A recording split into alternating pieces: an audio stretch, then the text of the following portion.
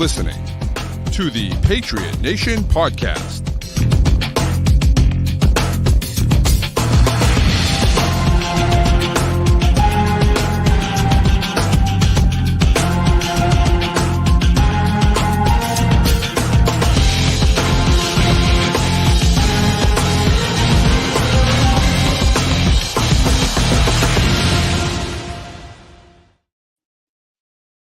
To another edition of the Patriot Nation podcast, of course, presented to you as always by Prize Picks and Game Time. It's your guy, Pat Lane, as always, with my man, Matt St. Jean. And Matt, it's a big day for Boston sports. The Celtics have already clinched. The Bruins are playing Game 6 tonight, trying to stave off elimination one more time and force a Game 7. It's an exciting time to be a Boston sports fan. And there's also a possibility, there's a chance that we could have simultaneous championship series, Boston versus New York. That would be incredible. Oh, I am so rooting for that. One of my buddies is a New York fan, and he said this is rooting for the Bruins this week is the only time he's ever going to root for the Bruins so that we can actually, make this happen. It would be incredible. Hopefully Brad Marchand's back tonight, and we can keep Celtics and Bruins season going as long as possible to cut into this summer, and then we can jump ahead to Patriots. That's right. So, but hey, man, this is, as I said, exciting times. And the other exciting thing that's going on, Old Man Mob says hello. What's up, Old Man Mob? How you doing, sir? The other exciting thing is that the schedule was released this week. And this has turned into a massive fanfare event. Of course, it's something that, as a Patriots fan, you always look forward to, and everyone always looked forward to. But it's turned into this draft-like event that, has, teams release things and videos, and the social media stuff is wild. And the Patriots absolutely crushed it this year. The Chargers, I think, are pretty much top of the heap. I think everyone can agree with that. And the levels of the Chargers things is so cool. And I want to talk about that. But the Patriots absolutely crushed the schedule release video with good Jules Hunting. Just fantastic work. Oh, it's hilarious. And I think the best part about it is the players pulling up in the masks in the van. Yeah, you tweeted out that clip. I've watched just that clip so many times. So good. From it. Just watching each different player and their reaction. They said a lot of that was improv too. Yeah. They just kind of went for it. And I saw the social media people were talking about how it felt like doing a project in high school. You got to do like a video project for class. That's how it felt in the best possible way. So I saw the Patriots were in the S tier of videos on one ranking of these right at the top, which, I love it. It's winning the offseason. Well, and really, honestly, it becomes one of those things where you look at it and say, like, yes, of course, like we want to be better on the field, but to be doing that. And by the way, Alexandria Francisco is her name. She's one of the women, and I know there's multiple people, of course, but behind that, right, the social media, I've met her a few times. She's super, super nice, and they absolutely crushed it. And so it's one of those things that part of the video is hysterical to me because I noticed Marcus Jones right away. And obviously David Andrews is tough to miss. But then I couldn't figure out who the other two were. And then I saw the credits and it said Demario Douglas and KB. And I saw the video again and I'm like, oh, yeah, it makes sense. It's KB because he's smiling the whole time. He can't help himself. And then you hear him get in the car. He's laughing. And Marcus Jones plays it straight the whole way, man. Marcus Jones is yelling at David Andrews, like just absolutely fantastic. And what a way to end like a funny video and like bring it into actual guys that are on the team right now, right? I thought that was a really clever way to do it.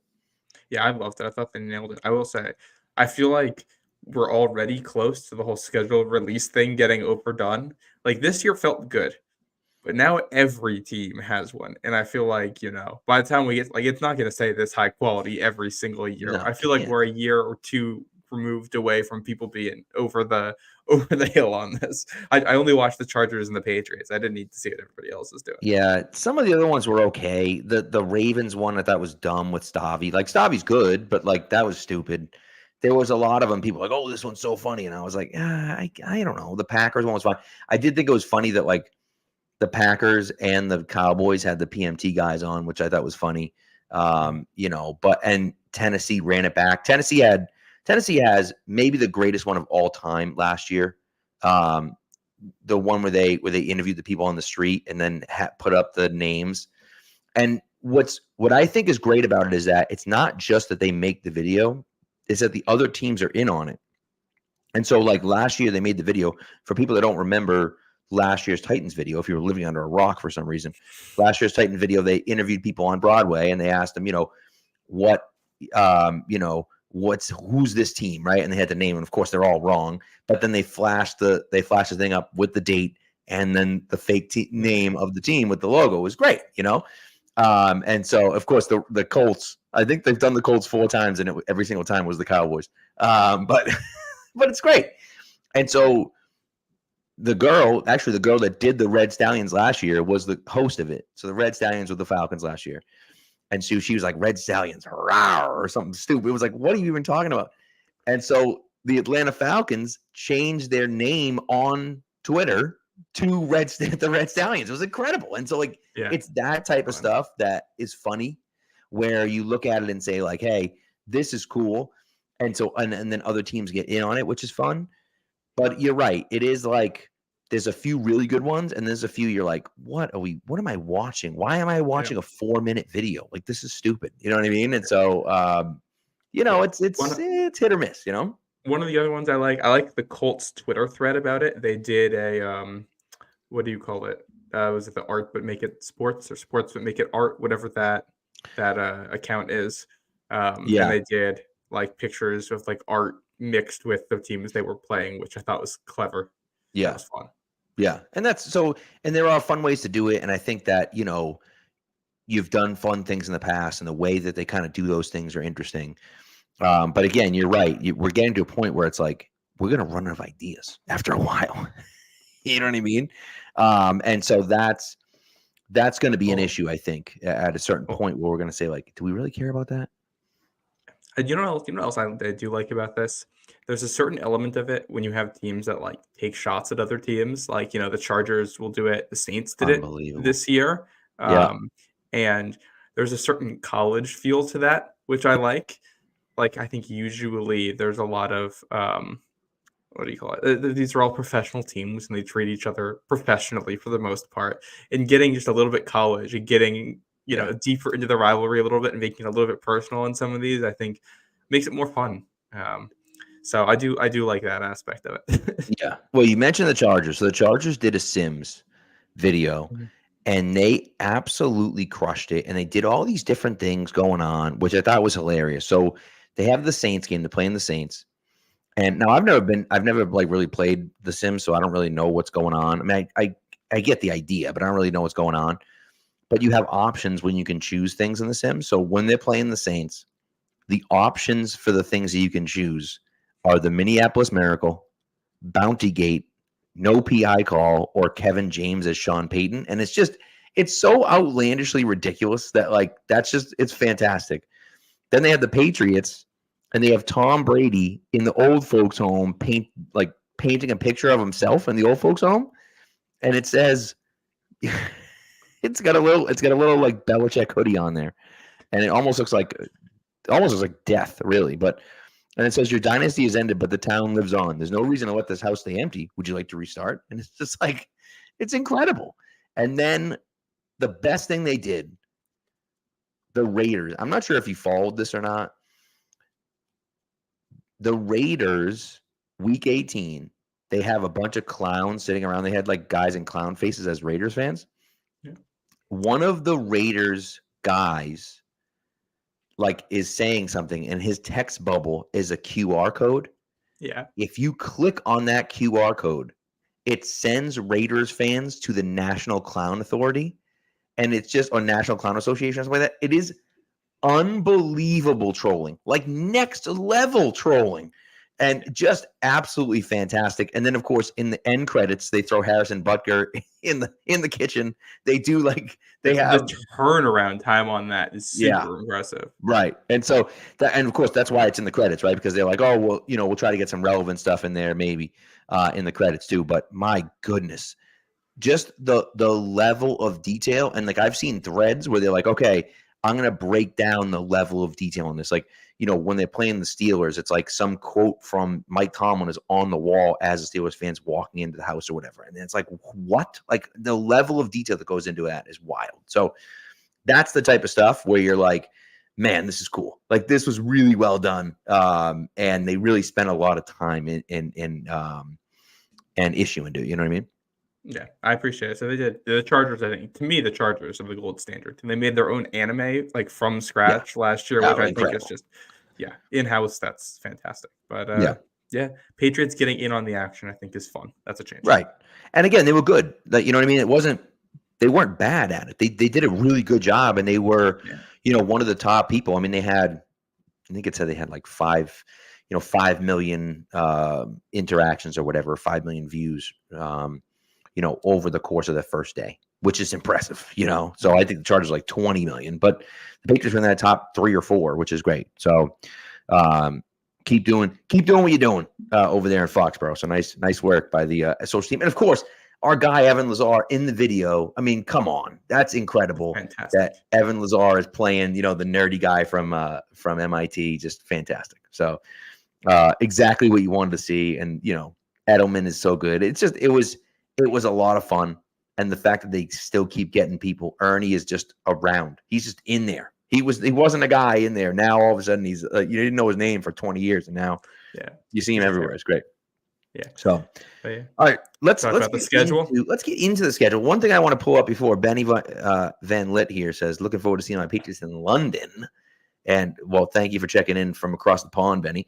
But pretty cool. They got to have another London game, another international game, and so we'll talk about that game. But the nice thing about that game is that it is a away game instead of a home game. So if you have season tickets like I do, you don't lose a game. You don't lose a game, which is nice. So it does kind of stink, though. It's one of those funny things that, like, if you lived in Jacksonville and you want to see the Patriots, and it's like, well, they don't come there a ton, and it's like, well, too bad. They're going to be in London. So, of course, that whole team's going to be in London soon. So. Haven't played there since 2018, I'm pretty sure. Yeah. That was that early season loss. We don't have to talk about that game. Yeah, let's not talk about that. So all right, so get into it. Yes, let's get into it. First of all, this segment here is presented by Game Time. And so you download the Game Time app, create an account, use the code CLNS for $20 off your first purchase. So tough schedule, man. This is a 4-13 schedule. We talked about this already, or we talked about it off air, but this is a team that was 4-13 last year and absolutely was like the most boring team in football last year. Yep. Just absolutely brutal. And you look at, there's only 4 games the entire season that aren't 1 o'clock Eastern. Right. 2 of them are in the 4 o'clock window because they're on the West Coast. And then you've got 1 Thursday night game very early in the season and the London game. That's it. And, I think there's going to be room for some of these games to be flexed if things go better than expected. But this is what Houston dealt with last year. I think Houston played a game at like noon local time essentially every single week of the season last year. Yeah. Yeah, I think you're right. And I didn't think it was possible. By the way, the Panthers don't even have a Thursday night game. I thought the league mandated that everyone had to have a Thursday night game. Obviously, that's not the case. That's been gone for a while now. They got rid of that, and Well, there you go. I think they didn't. They were upset with having to put teams like that in. You would think, right? You would think, and so that makes sense. They got rid of that. What I will say, I think, is interesting. The majority of teams have a TBD the last game of the season. I think, as a matter of fact, everyone has a TBD the last game of the season. Yes. Not every team has a TBD the second to last week of the season. And I think there's good reason for that because, A, you don't know how the Chargers are going to be this year, right? You have Justin Herbert. You have Jim Harbaugh, I'm sorry. You feel like they might be able to make a little bit of a resurgence. You also look at that and say, well, maybe Drake May's playing that game. And if Drake May's playing well and he becomes a draw and Justin Herbert's playing well, we already know he's a draw. And so maybe that game might be a game that gets moved to a Saturday night game or a Saturday afternoon or a Sunday afternoon because, hey, this has the potential to be an interesting matchup. Even if the Patriots don't have a good record, if Drake May has played the last 2, let's just say Drake May starts after the bye week and he's played against Arizona and Buffalo on the road, maybe we look at it and say, wow, this could be an interesting matchup, and we need to get this into a spot where more people are going to watch it. Well, and I think, you look at the Drake May comparisons coming out of college, you were hearing two names. You're hearing Josh Allen, you're hearing Justin Herbert. Right. Assuming they're healthy, those are the last 3 games New England plays are going to be against those 2 quarterbacks. So I think that is somewhat intentional to set that up. If Drake May's playing at the end of the season to get some interesting games there, some interesting quarterback matchups. I also think it's nowhere that Arizona is in there for the potential Christian Gonzalez, Marvin Harrison Jr.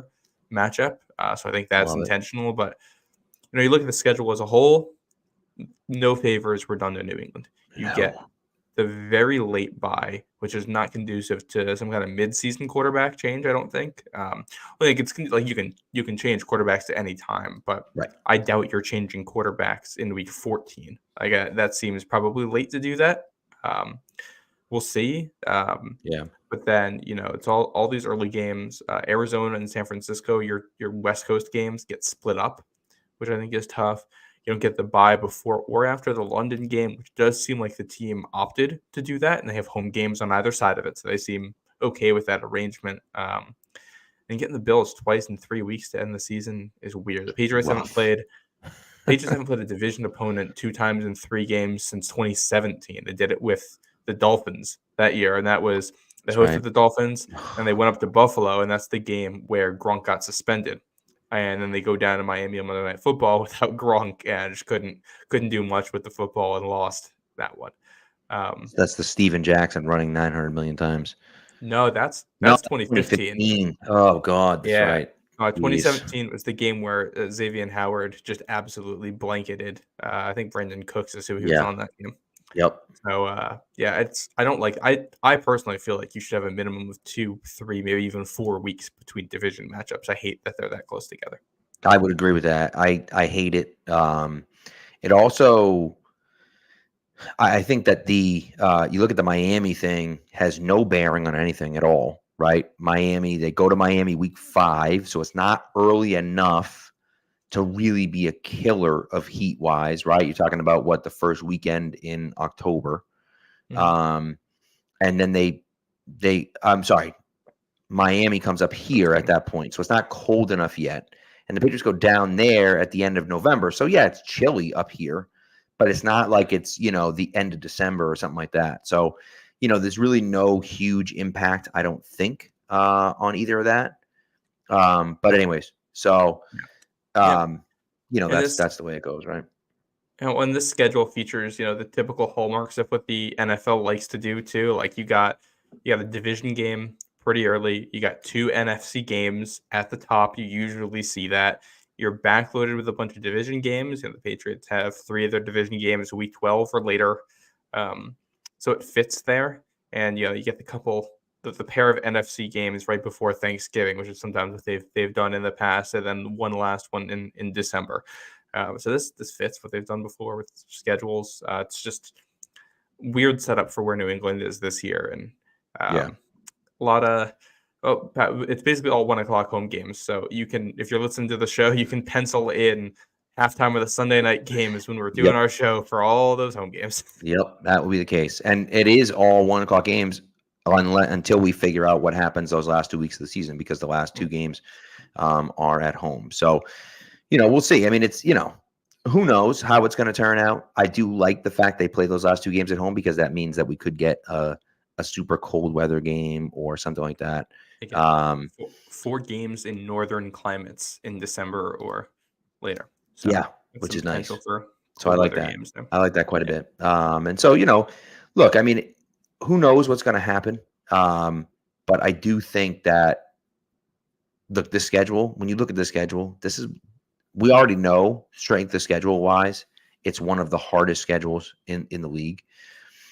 And there's no easy games here, right? You look at that first gauntlet, you're talking about at Cincinnati, home against the Seahawks, at the Jets on Thursday Night Football, at San Francisco, and then home against the Dolphins. Those first 5 games, those are all tough games.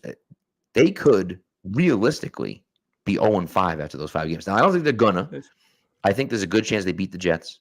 I think hot take alert. Woo woo, hot take alert. I think that the Patriots could start the season 1-0. I think they could go into Cincy and beat Cincy Yeah. in week 1. Do we And kind of do go we through just there. do we just want to go week by week through this and give our predictions? Let's do it. Yeah. And you started off there with the Bengals, so 1-0 Yeah. to start the season, you think? I think so, only because I think that the Patriots could surprise some people. I think everyone's going to be overlooking the Patriots, and they're going to say this team stinks, and they're no good, and they're terrible, and they're this, and they're that, and they're this.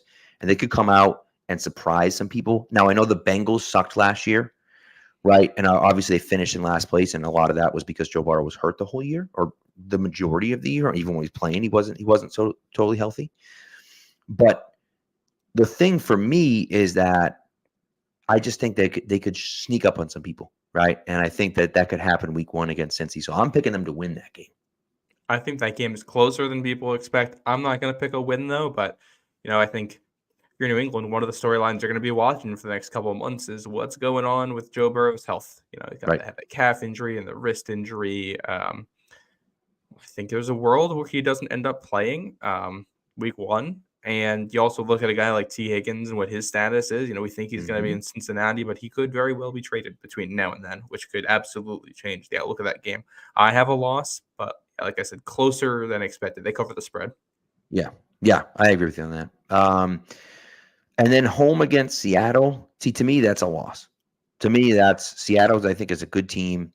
I know Geno Smith is up and down. I don't love Geno Smith, but I do think that that Geno Smith gets the job done against the Patriots, and they lose the home opener. See, this is interesting to me because I have seen people calling this a tough game for New England. I have New England winning this. There's a couple reasons behind this. I think Geno Smith is a good quarterback, but Seattle still doesn't seem fully committed to him. And they are going to have a brand new offensive coordinator. So they're going to be figuring things out still on that side of the ball with a quarterback who, has definitely been beatable in his career. He's good, but I don't know if he's better than the 15th best quarterback in the league. And then you go over to the defensive side. I love the Mike McDonald hire for them. I think that is a fantastic defensive coordinator. I also look at a defensive coordinator who runs a very complex system with a defense that has been hit or miss lately, and I think is still rebuilding. And, you remember 2017, early in that season, a Patriots defense getting dismantled by Carolina because they weren't on the same page. Nobody could communicate things. I wouldn't be surprised if you see something similar there with Seattle. And I think this is an area where, I think that there's only one coaching staff here, one side of the ball that's really intact from a coaching perspective, mostly, and that's New England defensively. And, you're going to have a New England offense with no tendencies to build off of because they're brand new. And Seattle defense still trying to come together and figure out what it is. Patriots playing at home. It's a 10 a.m. body clock start for Seattle. West Coast teams coming east. I think New England takes this one. I think they get a win here. All right. Well, we both have them 1-1. I like that. I like that synergy there. Next game is week 3 at the Jets, Thursday night football. And to me, this, as much as I want to pick the Patriots to win here, to me, it's a loss. I just think that the Jets, if Aaron Rodgers is healthy, I just don't know how you go into MetLife and win that game on a Thursday night on a short week. That's what I look at. I just look at it and think like it's going to be a short week. It's the first short week of Mayo's career. Curious to see how they handle it. And I think it's probably a loss. Their best chance in that one is to have a real ugly game because it's a short week. And I'm penciling this in as a loss.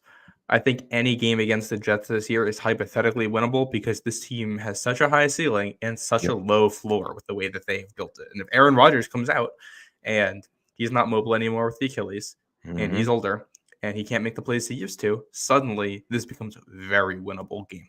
I agree. I'm going to take the Jets until we see that. But I have those two marked as, again, situations I'm going to be monitoring during August to see how I feel. Yeah, agreed. All right, then week 4 at San Fran. San Francisco, that's a loss. We don't have to talk about it. They're going to lose that game. In San Fran, week 4, no thanks. It's a 4 o'clock late afternoon game, too. yeah, I would be shocked somehow if they win this game. It'd be cool, but Can't imagine. yeah, I will say, I think what's something I should note here, the interesting thing about this game, and I'll go back to that Seattle game as well. Both of those currently scheduled to be broadcast on Fox, and I don't think the Patriots are going to be good enough to get Fox's A team at any point in here. But also, Patriots at San Francisco, where Brady grew up, his hometown team, early in Drake May's career. I wouldn't be super shocked if they give Tom Brady one Patriots game this year to call, and it ends up being that one. So that might make it at least interesting. You got to give him one. You got to give him a Patriots game. You have to. No matter how bad the Patriots are, you got to give them a Patriots game, I think, in my opinion. I hope. They got a lot of Fox games this year, too. Yeah. So, see, there you go. All right, week 5, at home, against the Miami Dolphins. Look, I'm still not sold on the Dolphins. I don't know how the Patriots just can't seem to get over the Dolphins hump. And so I'm picking that as a loss for them. And I'm moving on. Yeah, I'm right there with you. I think, I think if you're getting Miami at home later in the season, I might be inclined to pick them. I think there's some weaknesses on the Miami team, but in like regular weather conditions in early October, I don't think I think New England, again, might make this closer, but I wouldn't be shocked if it's a lot like last year where, it's one score in the fourth quarter, and then all of a sudden it's not, and it ends up being 14, 17-point victory for Miami. Yeah, agreed. All right, week 6, as you can see on here if you're watching it, this is the Game Time hot ticket. Use Game Time to get a ticket into this game because week 6, at home, 1 o'clock against the Houston Texans. One of the best young teams in the league, of course, shocked everyone, went worst to first last year with C.J. Stroud, who is a top 10 quarterback in the NFL, I think pretty definitively, with a young, fun team. They went out, they traded for Stephon Diggs. They're actively trying to make their offense significantly better, and they're ready to go. And so, unfortunately, I think it's going to be a loss, but use Game Time to get a ticket into that game because it's not often you get to see these young quarterbacks in their prime, not even in their prime, just at the beginning of their career playing really well. And so, I'm picking a loss there, but I'm excited about that game. And I think this is really where you get into the area of the schedule where you're not going to be surprised if Drake May is playing at that point. And May versus Stroud is a very interesting storyline to see where the rookie quarterback is. And the storyline of D'Amico Ryans against Gerard Mayo is going to be a fun one. But you're looking at two teams in very different stages of what they're building. So, I'm taking Houston. Absolutely. So, all right, week 7, they're on the road against the Jacksonville Jaguars, but they're on the road, not in Jacksonville, in London, England, at Wembley Stadium. Across the pond, as they say. Yes, they're. I don't like it. Look, I don't believe Jacksonville's going to be any good until I see them actually be good. They were really good last year at the beginning of the year, and they fizzled off. Maybe this is Jacksonville's year, but I just until I actually see it from them, I won't believe it. I think the Patriots can win that game. I think they play well overseas. As Spectadez says, automatic W in Wembley. The Patriots except Germany. Yes, they do typically play well in England. Maybe not so well in Germany, but they do typically play well in England. And so I think they can win this game. Now, we'll see what Jacksonville ends up being, right? But I don't trust Jacksonville to be very good. And so I think the Patriots could pull this as a victory and get their second win of the season. Yeah, I have a win here. I also don't feel great about it. I realized thinking more about Jacksonville that they could have been in our last episode or whenever it was we did worst off seasons. I could have put Jacksonville on that list. True. They're just super uninspiring. I think there's worlds where this team is good this year. I just don't know how much I trust the actual development. I think they got a lot of players who are complementary pieces. And I think Trevor Lawrence is good. I don't know if he's better than good. We got a lot of guys who I feel that way. Trayvon Walker, I think he's good. I don't know if he's better than good. So if they get to week 7, I wouldn't be surprised by that point if Jacksonville has broken out and some of these guys do live up to their hype. If that's not the case, though, I'm going to take the Pats in this one. This just feels like the kind of game they win. I agree. So, all right. And then week 8 at home against the Jets. And again, I hate to pick a Jets sweep. You know what? Screw that. Screw it. I'm picking the Patriots to win that game. because I can't pick the Jets sweeping the Patriots. I can't do it. I can't do it. I don't think they're going to win the game, but I don't care. I can't do it. And I'm picking the Patriots to beat the Jets in Week 8 because they have to win. It's the freaking Jets. They can't get swept by the Jets this year, no matter how good the Jets are. And so there's my rationale. I'll play the doomer here. I think it ends up being a loss. I think it could be everything I said about the Jets before. You add that later on in the season when injuries are a lot more possible to be out there and you played a lot more football, and maybe Drake May is settling into a job at this point. Won't be surprised if New England wins, but I'm just going to assume a Jets victory until we see otherwise here, which hurts to have those words come out of my mouth. Yeah.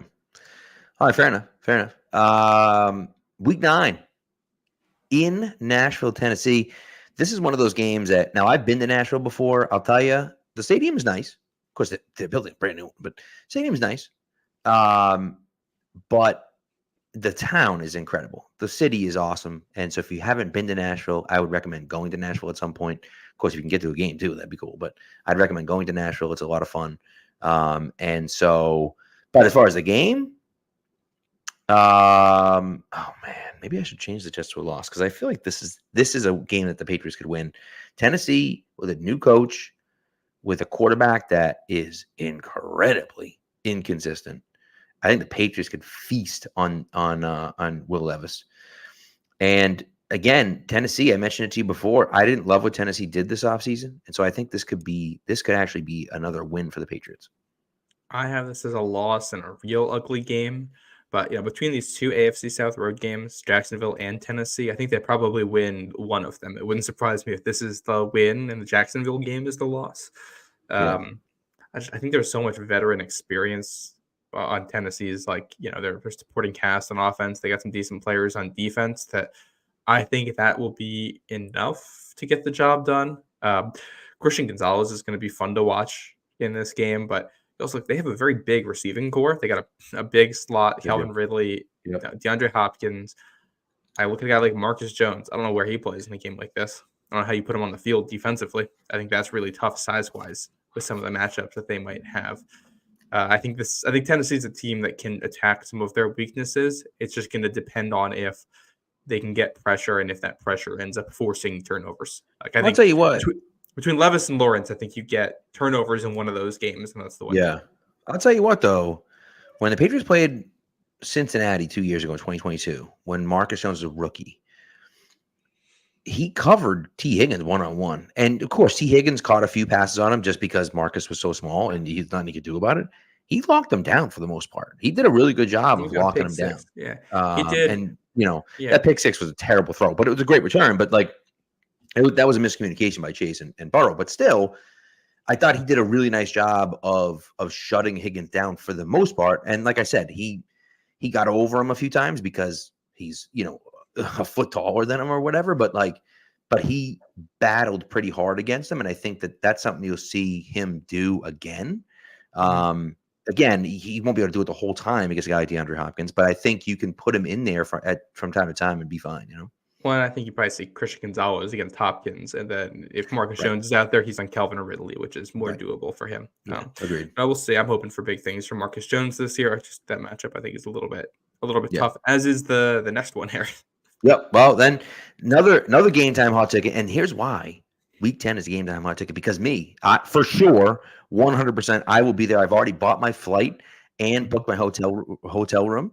I'm going to buy my tickets through Game Time. Haven't done it yet, but I'm going to buy my tickets through Game Time for the Week 10 game in Chicago. And ladies and gentlemen, boys and girls, this is during Veterans Day weekend. It is a long weekend. That means you get Monday off. I don't even take a day off of work. It's incredible. So I'm very excited about it. But they're going up against the Bears, who had the number one pick this year. But I think the Bears, I don't think they're going to win the NFC North because I think the Packers are going to be really good this year. But they have a chance to compete for the NFC North, and I think they're going to make the playoffs this year. I think Caleb is ready to go, and I think that that offense is as good as it can possibly be when you're then dropping the number one overall pick in there. And now you're talking about Week 10. He's had some time to get his feet wet. This could be Drake May versus Caleb Williams. Man, dude, so get on Game Time, buy a ticket for that game because that is going to be one heck of a game. And again, in a cool city. I've never been to Chicago, and so I'm excited to go. Yeah, I'm hoping to make it to this one. Chicago defense is tough, especially on the road. It's going to be in the cold. Yep. Yeah, the defense has turned around and become good, and New England's defense might play well, but I don't think they're going to be able to move the ball offensively. Yeah, agreed. All right, week 11, the next weekend is home against the Rams. Another solid game, Rams game. Again, another loss of the Patriots. I just look at this and I don't see how the Rams this year. I think Stafford is still really good. Cooper Kupp, obviously Puka Nacua. They have a good team. Kyron Williams, their running back. Like, they have a really solid team. And their defense is still pretty good. Of course, they lose Aaron Donald, but their defense is still pretty good. I don't think the Patriots win this game. And so I have this down as another loss for the Patriots. I have a win. I'm not as optimistic about this Rams defense as you are. Okay. They struggled down the stretch last year, relying on 2 rookies to replace one of the best defensive players to ever play the sport. And when they had him last year, they had issues. Yeah. And offensively, Matthew Stafford has had his injury issues. Cooper Kupp has had his injury issues. I also think those are 2 of the types of receivers that New England game plans well for. And I think the Patriots are likely to steal a game they probably shouldn't somewhere in their schedule. And I think this is it for me, especially, again, another early start for a West Coast team coming east. It's going to be colder. It's mid-November. It's a dome team from LA coming out. I'm gonna do the Patriots pull off an upset in this. I like it. Hopefully, in the throwback uniforms. We didn't plan this, by the way, but we both have them at full wins right now, which is pretty good. Week 12 in Miami. I mean, come on, in Miami, week 12, no shot, no chance, dude. Yeah, the Sunday after Thanksgiving, no shot. I will say this isn't the Sunday after Thanksgiving. Actually, this is Sunday before Thanksgiving. Very late.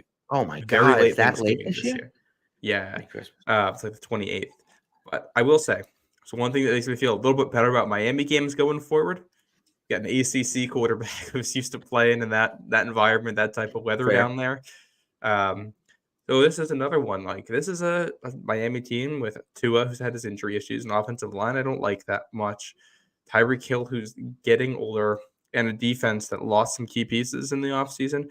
I don't think New England wins.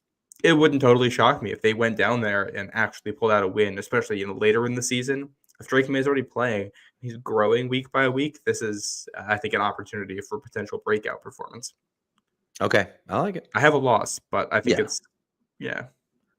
And then week 13, home against the Colts. Again, this is right at the beginning of December. And I would really like to pick a win here. And I might be convinced to pick a win. I don't know. I'm on the fence with this Colts team. I don't know how the Colts are going to be. If Anthony Richardson can stay healthy, I feel like this could be a dominant team.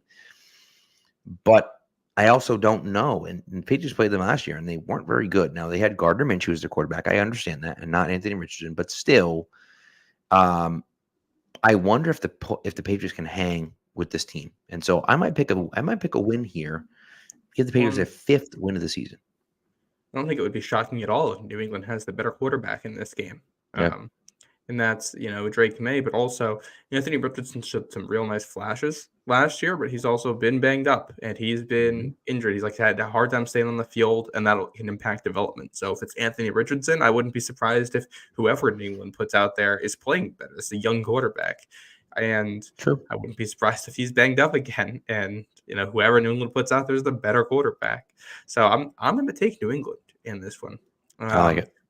My general trend here, too, I think, was more wins on the back half of the schedule, because I think you'll see the team start to come together a little bit more then. I think you'll probably have Drake May playing by then.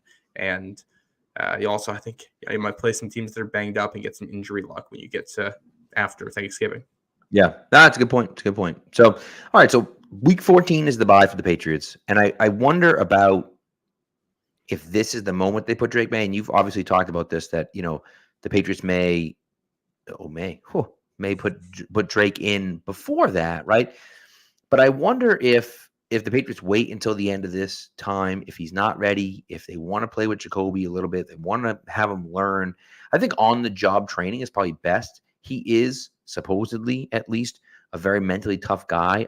I feel like people are saying that about Mac Jones, and that wasn't the case about Mac Jones. So, but I'm hopeful. I'm hopeful that Drake May is a little bit more mentally tough and can take some of the punishment. It also depends on how the offensive line's doing. Of course, Louis Riddick, we talked about, what tweeted out Caden Wallace and said, watch out for this guy. And so we'll see what it looks like on the offensive line for the Patriots. But I'm curious to see how this game goes, what they decide to do with May.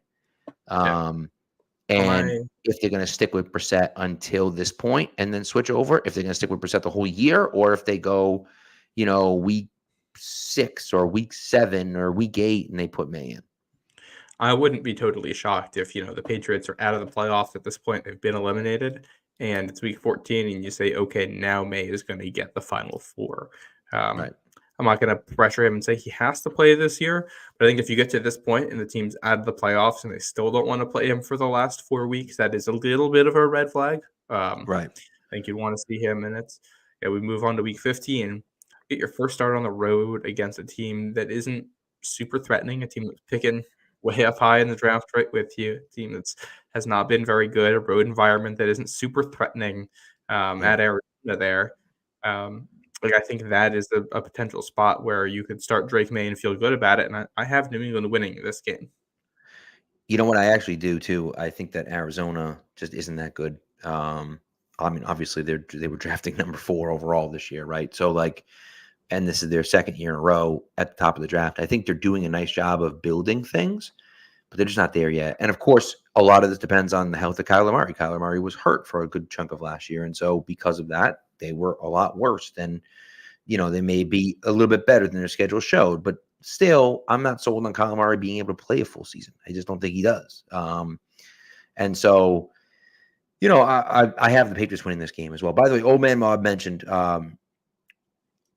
good idea is to have Drake May start week 13 and then have a bye to go over film and everything and get ready for week 14, for week 15. I don't think it's a terrible idea either. So, yeah. I like that. And then week 16, you go to Buffalo. That's a loss. I'm sorry. It's a loss. They're Patriots losing this game. I think it is. And I'll spill the tea here. I have both Bills games as losses. Yeah. But as you should. Late in the season, we don't know what these teams are going to look like by then. And Patriots got a win off Buffalo last year, despite being a very bad team. And they went up to Buffalo and played them close. So it's a loss. But again, these division games, late season, could be really cold. We don't know what the quarterback situation is going to look like by that point. It's a loss, but I'm keeping that win option kind of in the back of my head there for, we might get to September and actually get to see this team on the field, and I might change my mind. Yeah, those late season games, and especially the divisional games can always be questionable, right? But I do think that this is a loss for them. And then the last 2 games, they finish at home against the Chargers and then against the Bills. You mentioned you have a loss to the Bills. I do as well. That Chargers game, though, is an interesting one because they have Justin Herbert, of course. You feel like Jim Harbaugh. This is and I feel like we're going to see what type of Jim Harbaugh, how fast his influence can be on this team, right? Because typically I would look at that and say, all right, the Chargers are fine. They're a pretty good team. They have Justin Herbert. They have some good pieces on defense, but they're a team from LA and they are SAWF, soft, right? And so are they going to be able to come into New England at the end of December and play the Patriots in the cold weather, when they don't want to be there and it's going to be, maybe it might be snowing or it might be windy or it might be, are they going to be able to do that? And the previous regime, I'd sit there and say, no chance the Chargers can do that. Now with Jim Harbaugh there, with them drafting Joe Alt number 5 overall, with them focusing on toughness and all the other things, I think that's a team that can do it. I think they're better than the Patriots, and so I wouldn't be surprised to see them come in and get a win. So I'm actually picking them to win this game, for the Patriots to lose and for the Chargers to win this game.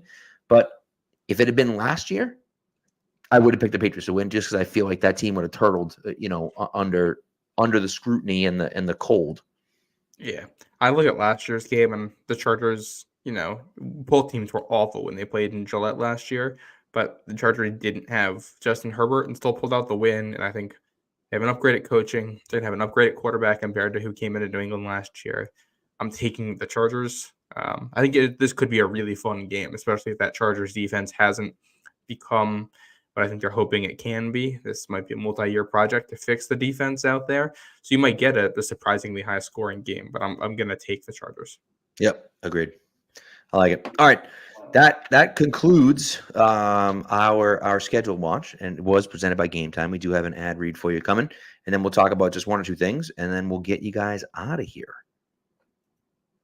The Celtics are in the playoffs, and there's nothing like the atmosphere of the Garden during a Celtics game. And the easiest way to get in the building is by using the Game Time app. The prices on Game Time actually go down the closer it gets to tip-off. Now, one of the nice things about Game Time is that they have all-in pricing, which means you see the fees up front. They're not hitting you with fees after you've already paid or as you get to the payout screen. They're giving them to you up front so you know exactly what you're paying. They also have the lowest price guarantee. If you find a price lower, they will credit you 110% of the difference. And they give you a seat view before you purchase anything. You can even move your phone around and see how it looks. So take the guesswork out of buying NBA tickets with Game Time. Download the Game Time app, create an account, and use the code CLNS for $20 off your first purchase. Terms apply. Again, create an account and redeem the code CLNS for $20 off. Download Game Time today. Last minute tickets, lowest price, guaranteed. All right. So that puts us at 5-12 or 6-11, depending on where you're at there. I had them 6-11. I think you had them 5-12. I had them 6-11. I did put a few dollars on the over. They are at 5.5 wins right now. I think 5.5 is actually a really good line for them right now. Actually, I did put a few bucks on the over though.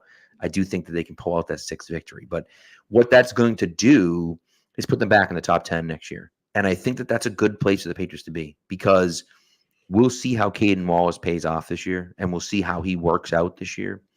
But if Caden Wallace doesn't work out, it puts them in a position to get an elite top left tackle next year. It does seem like there's going to be 2 or 3 of those guys in the draft.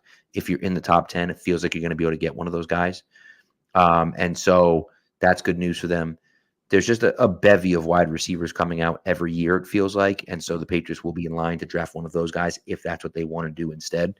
And so, getting to a situation where you finish 5-12 or 6-11 is okay if you can get, the play from your young guys. And we look at the young guys and we say, hey, as long as the young guys are improving and we're looking a little bit better and we can see Drake May by the end of the season, we're happy, and so what if you only win 6 games? Who cares? You're building towards something.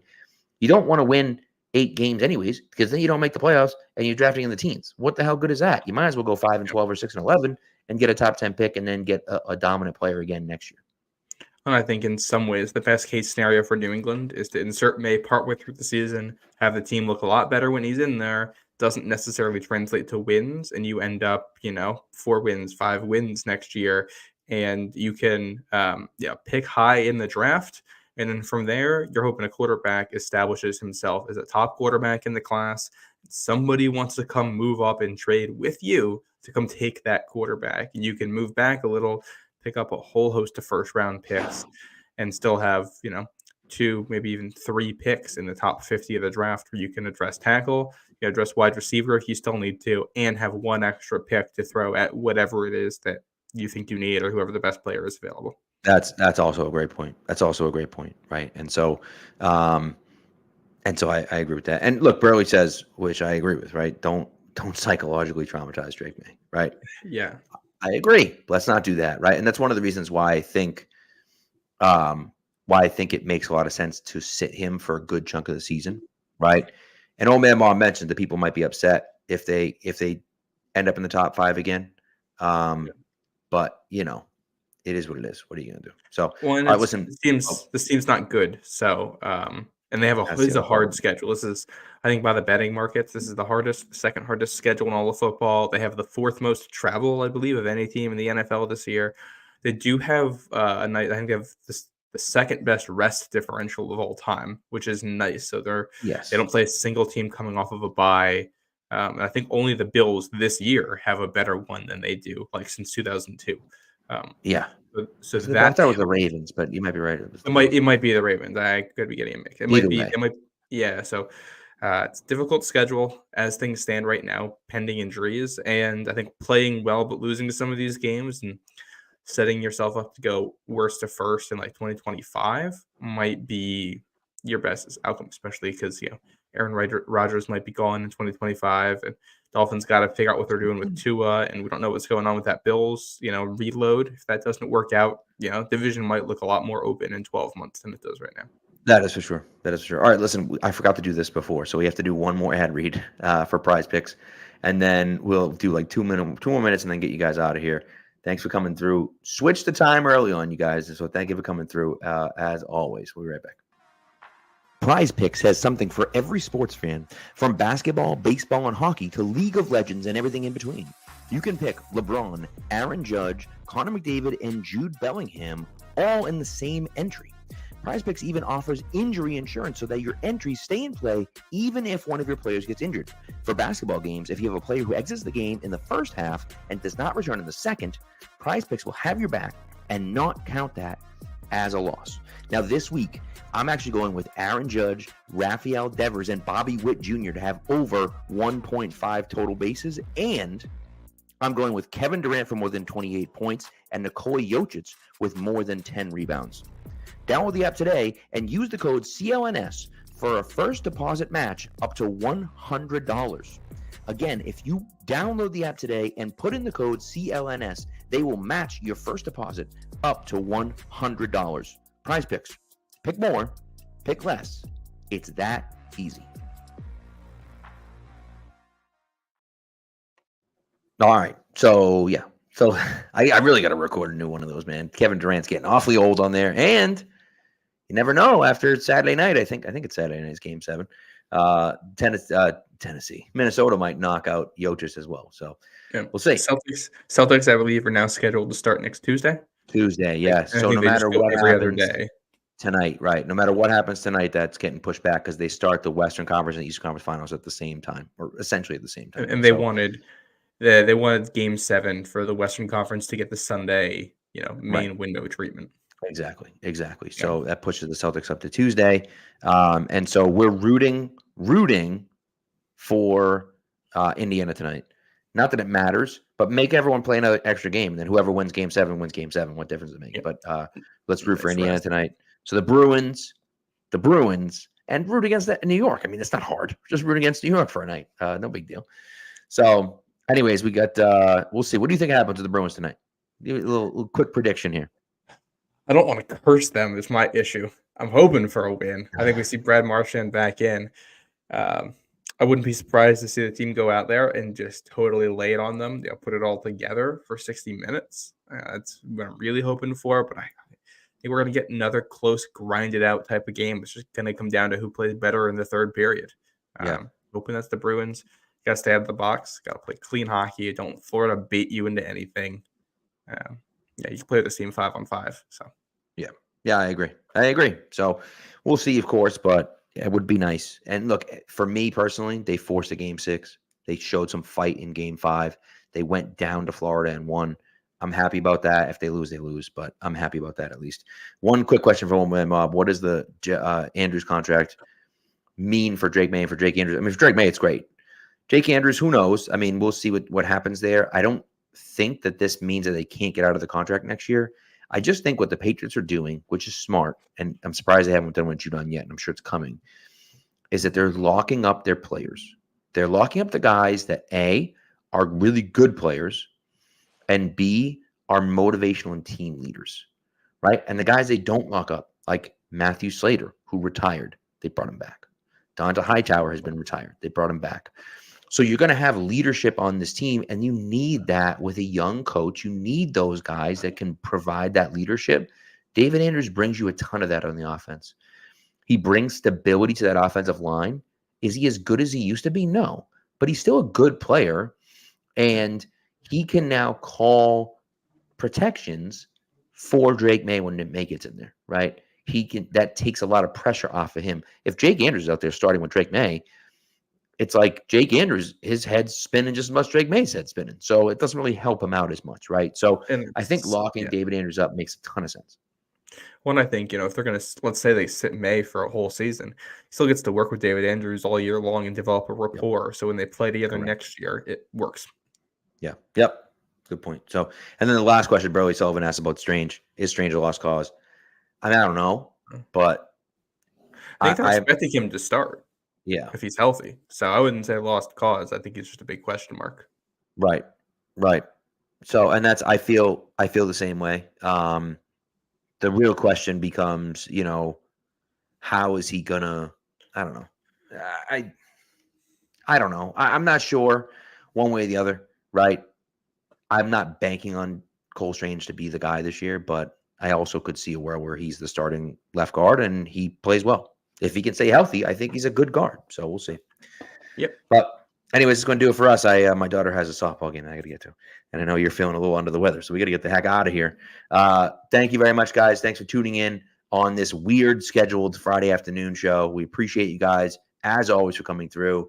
We'll be back with you on Monday night, talking about hopefully talking about the Bruins extending their series. And going from there. The Bruins play, if they win, do they play on Sunday or Monday? Sunday, I believe. Sunday. So. Okay. Well, if that's the case, then maybe Monday we'll be talking about an all Boston versus New York championship finals. That'd be so awesome. But I'm not holding my breath, but you never know. Could happen. It could happen. That'd be pretty cool. So, all right, guys. Well, thanks again, and we'll talk to you guys on Monday. Have a great weekend, everyone.